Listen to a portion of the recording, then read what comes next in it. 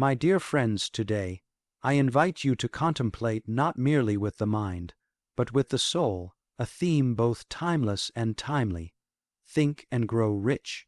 But let me warn you, what I speak of is not the counterfeit riches that moth and rust corrupt, but that divine wealth which no man can steal, the richness of purpose, discipline, and destiny. We live in an age that worships at the altar of the immediate. Men pursue fortune as if gold were the balm for every sorrow. But I tell you, the greatest poverty in this world is not in the wallet, but in the will. And the richest man is not the one who has the most, but the one who has mastered himself. Desire is not a passing whim, a fleeting thought that enters and exits the mind like a summer breeze. No, true desire is the furnace of the soul. It is the sacred fire that refuses to be extinguished, even when the winds of adversity howl against it. It is the hunger that will not be satisfied with crumbs when the banquet of destiny awaits. This desire is not born in the mind alone. It is conceived in the heart, nurtured in silence, and strengthened in suffering. Look to history, and you will see that every towering achievement, every revolution of thought, every monument to human progress began with a single ember of desire. Michelangelo saw the angel in the marble before he carved it. Joan of Arc heard the call before she held the sword. Desire gave them vision, vision gave them courage, and courage led them to action. Without desire, even the most gifted mind remains dormant. Without desire, talent is wasted, and dreams are stillborn. But here is the mystery. True desire is both human and divine. It begins with your longing, but it often leads you to something far greater than you imagined. The man who desires only wealth may find himself poor in peace. But the man who desires to grow, to serve, to fulfill the purpose written on his soul, he is already rich, for he has begun the climb toward a higher good. Earthly riches may follow, but even if they do not, he will have attained something no coin can purchase. He will have become fully alive. And know this, desire is tested. The moment you truly want something noble, the universe will ask you if you are serious. It will send distractions, delays, even despair. But these are not denials. They are refinements. The gold must pass through fire. So must you. If the desire is real, it will not burn out. It will burn through doubt, through fear, through rejection, until all that remains is a soul ablaze with purpose. So dare to desire, deeply, passionately, relentlessly. Do not settle. Do not shrink. The world may offer you comfort, but comfort is not your calling. You were made to dream greatly, to think eternally, and to act boldly. Let that fire within you become the light that guides your journey, and the heat that forges your destiny. Would you like me to expand the next keynote in the same style? Faith, my dear friends, is not wishful thinking. It is not the lazy optimism that closes its eyes to reality and hopes that somehow all will be well. No, faith is clarity, not confusion.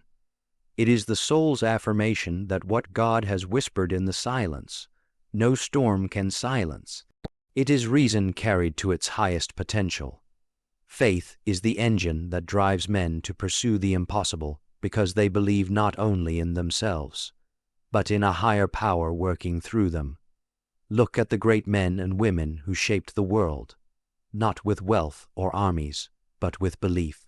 They faced odds that reason alone could not conquer. Moses raised his staff against a sea. David walked into battle with only a sling. St. Paul preached to cities that chained him. Why? Because they believed. They believed in a promise that was unseen, yet more real than the walls around them. Faith was not their crutch, it was their courage. Too often today we confuse intelligence with doubt. We think skepticism is sophistication. We admire the man who questions everything and the man who believes nothing. But such a man will never build, only break. He will never create, only criticize. And he will never change the world, because he has not the faith to believe that it can be changed. The man who thinks and grows rich must think with faith. For what is the use of strategy without belief? What is the point of vision without the confidence to pursue it? The mind may chart the course, but it is faith that starts the journey and keeps the feet moving when the night grows long and the path grows dark. It is easy to walk when the road is smooth, but when the storms come, when friends fall away, when plans collapse, then faith must rise and speak louder than fear. Faith is not blind. It sees beyond. It sees the end while standing in the beginning. It sees the harvest when there is only soil. It sees the crown while still carrying the cross, and such vision is powerful, for when a man walks by faith, he walks with heaven at his back. The winds may blow against him, but there is a greater wind within him, divine, invisible, eternal. Some will say, but I do not feel faith. Faith is not a feeling. It is a choice. It is the will to believe when emotion fails. It is the decision to say, I trust, even when sight says otherwise. That is why faith is so rare. Not because God is distant, but because men choose doubt as a shield against disappointment. But I say to you, risk belief. Dare to trust. Let your thoughts be baptized in the boldness of faith. For in the end, it is not the man with the most knowledge who wins the race. It is the man who believes the finish line is worth reaching, and runs even when his legs tremble. It is not enough to think. One must think with conviction. One must think with faith, because the riches we seek, whether they be material or spiritual, do not come by accident. They come by intention, by vision, and by the power of believing that the impossible with God is not only possible, but promised. Shall I continue with the next keynote, or would you like to adjust the direction or tone? Discipline, my friends, is not glamorous. It does not shine under stage lights, nor does it receive applause. It is quiet, often hidden, performed in solitude while the world rushes past. But make no mistake, discipline is the daily crucifixion upon which greatness is nailed. Without it, dreams dissolve into dust, and potential becomes a mere whisper of what could have been. It is easy to begin, easy to feel excitement in the first breath of a new endeavor, but beginnings are cheap. The test of a soul is not how it starts, but how it endures. Discipline is the bridge between intention and accomplishment, between the man who says he will and the man who does. It is the patient grinding of stone against stone, the repeated refusal to surrender to comfort. It is the setting of the alarm when one would rather sleep. It is the returning to the task when inspiration has long since fled. The flesh will rebel. The mind will grow weary. You will hear voices, internal and external, urging you to rest, to delay, to compromise.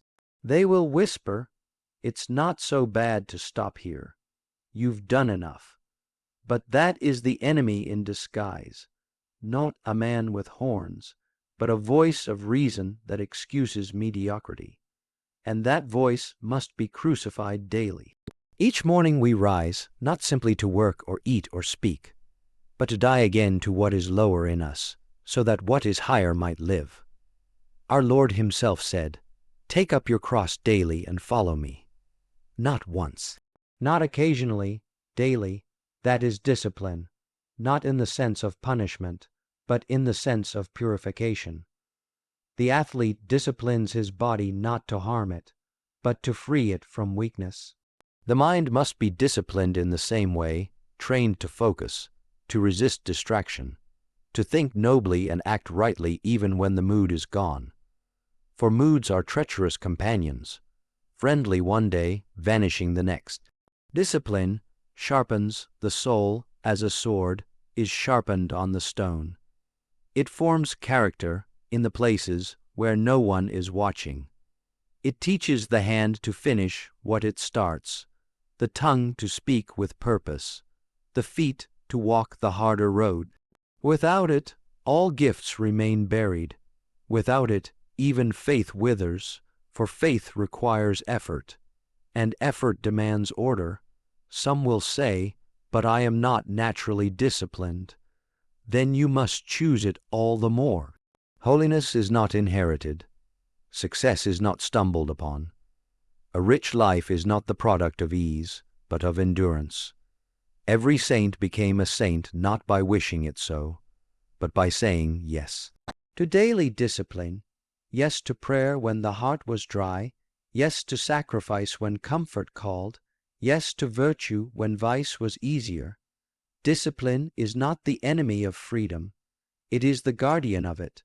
For what kind of freedom is it when you are ruled by your impulses, when your time is dictated by distraction, and your future is held hostage by your appetites? The man who cannot say no to himself will soon be a slave to everything.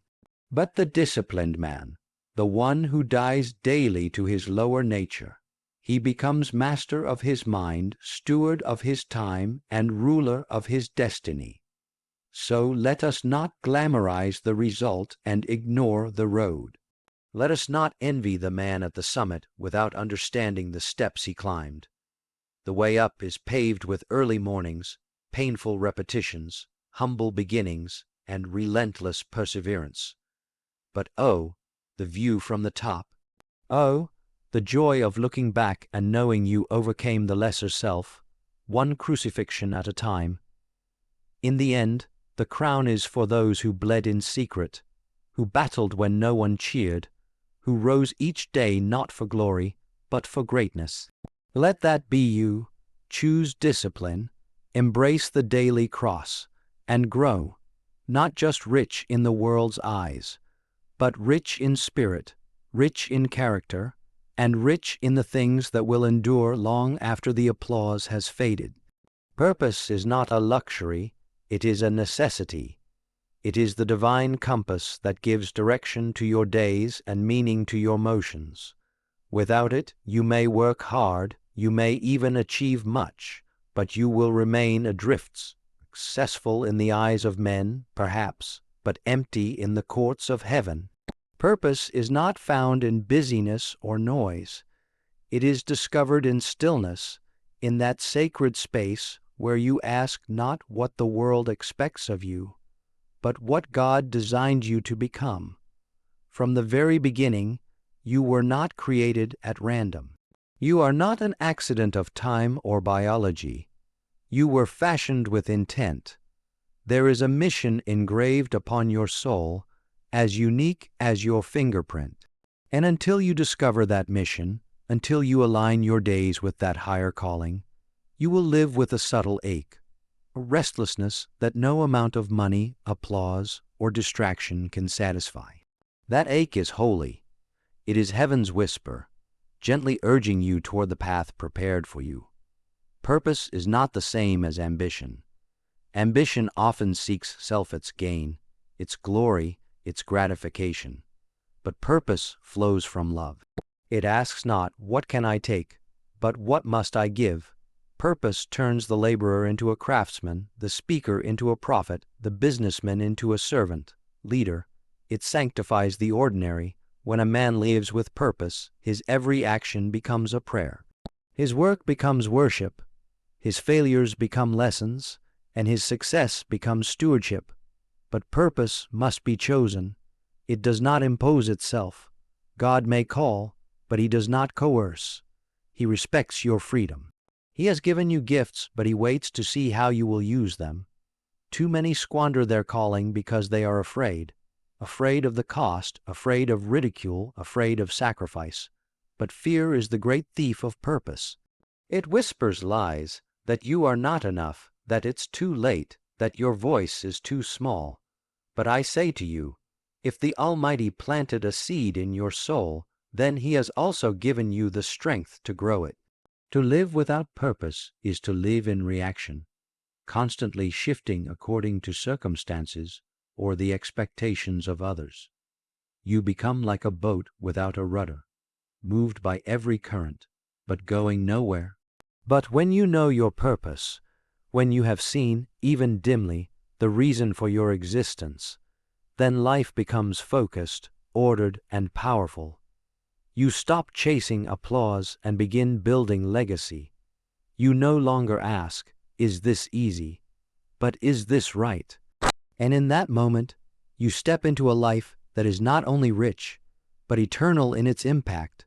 Some search for purpose in faraway places, in rare books, in distant lands, but often it is right before you, in the gifts you've been given, the passions that stir your heart, the burdens that move you to tears. These are not coincidences, they are clues. And if you seek with sincerity, if you knock with persistence, the door will be opened. For He who made you knows why He made you, and He longs for you to know it too. Purpose demands something of you. It demands surrender. It demands discipline. It demands that you give up the small plans you've made for your life and embrace the grand vision heaven has written for you. But what you gain in return is beyond measure. Clarity, conviction, and a peace that nothing in this world can counterfeit. And when you live with purpose, you become a light. Others see it. They may not understand it, but they are drawn to it. For a man on fire with purpose illuminates everyone around him. He may not have the loudest voice, but his life becomes a sermon. He may not be the richest, but he becomes invaluable. He may not be recognized by the world, but he is known in heaven. So I ask you, not as a challenge but as a charge, do you know why you are here? Do you know what sacred task has been entrusted to your hands, your voice, your mind? Do not delay the question. For every day you live without purpose is a day unlived, a step unwalked, a gift unoffered. Seek it, pray for it, walk in it, and when you find it, do not look back. For in that purpose you will find your strength, your joy, your direction, and above all, your peace. Persistence is not loud. It does not boast. It does not cry out for recognition. It is quiet, steady, unshakable. It is the virtue of saints and the secret of every soul that has ever accomplished something worthy, something lasting, something eternal. In a world drunk on speed and addicted to results, persistence walks patiently, trusting not in the applause of the crowd, but in the certainty of the calling. It is easy to begin well. The first steps are always full of excitement, novelty, and hope. But what happens when the novelty fades, when the winds turn cold and the path stretches longer than expected? That is where most turn back. That is where most surrender, but not the one who persists. He continues, even when the finish line disappears behind clouds. He presses forward, even when every step is heavier than the last. Why? Because something deeper than comfort is guiding him. Something greater than outcome is sustaining him. The saint was not holy because he never stumbled. He was holy because he never stayed down.